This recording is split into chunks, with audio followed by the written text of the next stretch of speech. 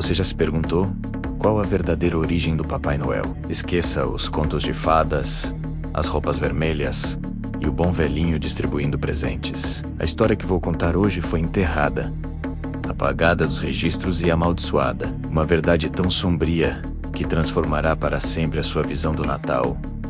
Prepare-se, porque depois de hoje, você nunca mais ouvirá os sinos da Manhã Noé da mesma forma.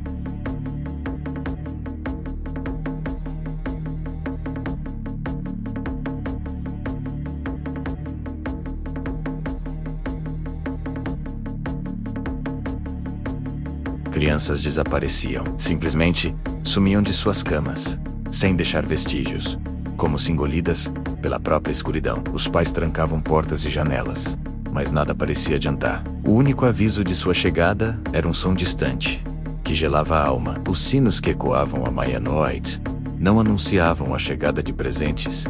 Eram um alarme, um aviso desesperado de que ele estava vindo. O som se aproximava lentamente, caça por caça, e os moradores se encolhiam em silêncio, rezando para que seus filhos não fossem os próximos.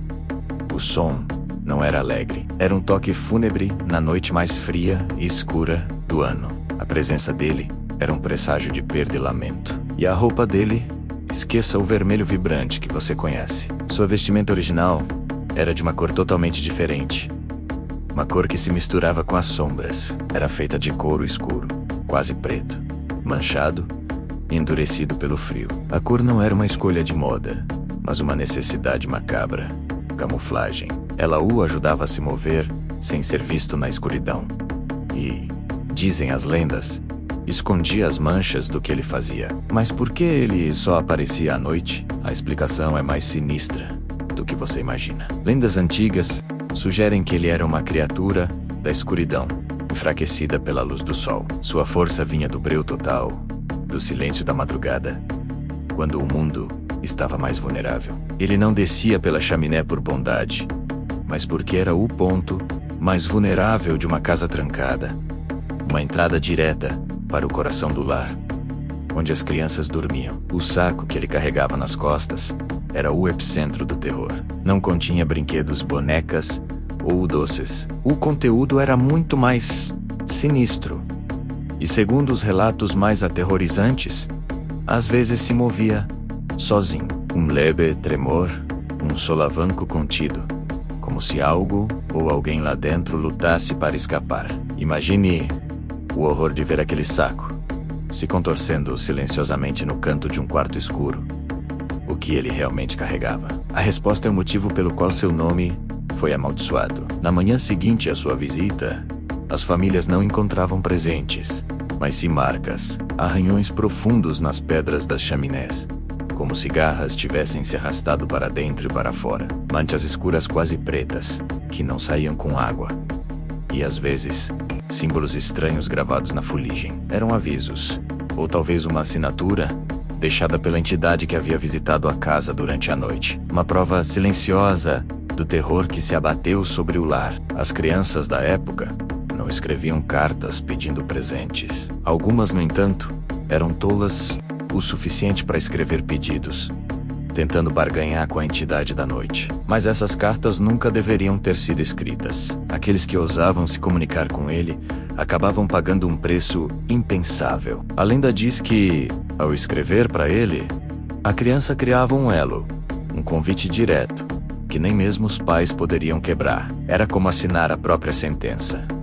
De onde vinha tanto poder? Ele não era humano. A origem de sua força era sobrenatural, fruto de um acordo profano. Contam que, séculos atrás, ele fez um pacto com algo antigo e poderoso, uma força da própria natureza invernal. Em troca de poder sobre o frio e a escuridão, Ele se tornou o coletor, o cobrador de uma dívida antiga que era paga todo solstício. Ele não era um homem, mas o avatar de um medo primordial. Então, como essa figura de puro terror se tornou o Papai Noel que conhecemos hoje? A transformação foi uma campanha deliberada. Líderes religiosos e, mais tarde, comerciantes perceberam que o medo não vendia. A lenda original era prejudicial para a moral e para os negócios. Eles precisavam de um símbolo de esperança, de generosidade. E assim, a história foi reescrita. O couro escuro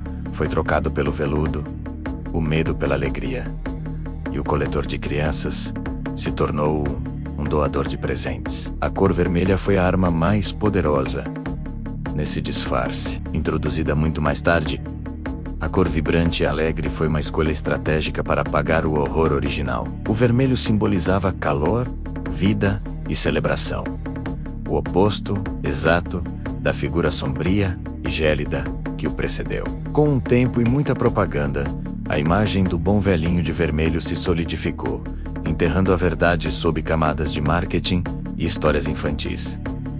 A maior mentira já contada, mas a verdade nunca morre por completo. Existem testemunhos fragmentados, relatos sussurrados de idosos que, quando crianças, afirmam ter visto o verdadeiro Noel. Eles não descrevem um avô gentil, mas uma sombra alta e magra, com olhos que brilhavam na escuridão. Suas memórias são confusas, marcadas pelo trauma, mas todas compartilham um detalhe: o silêncio aterrorizante que antecedia a sua chegada, e o saco que definitivamente não carregava brinquedos.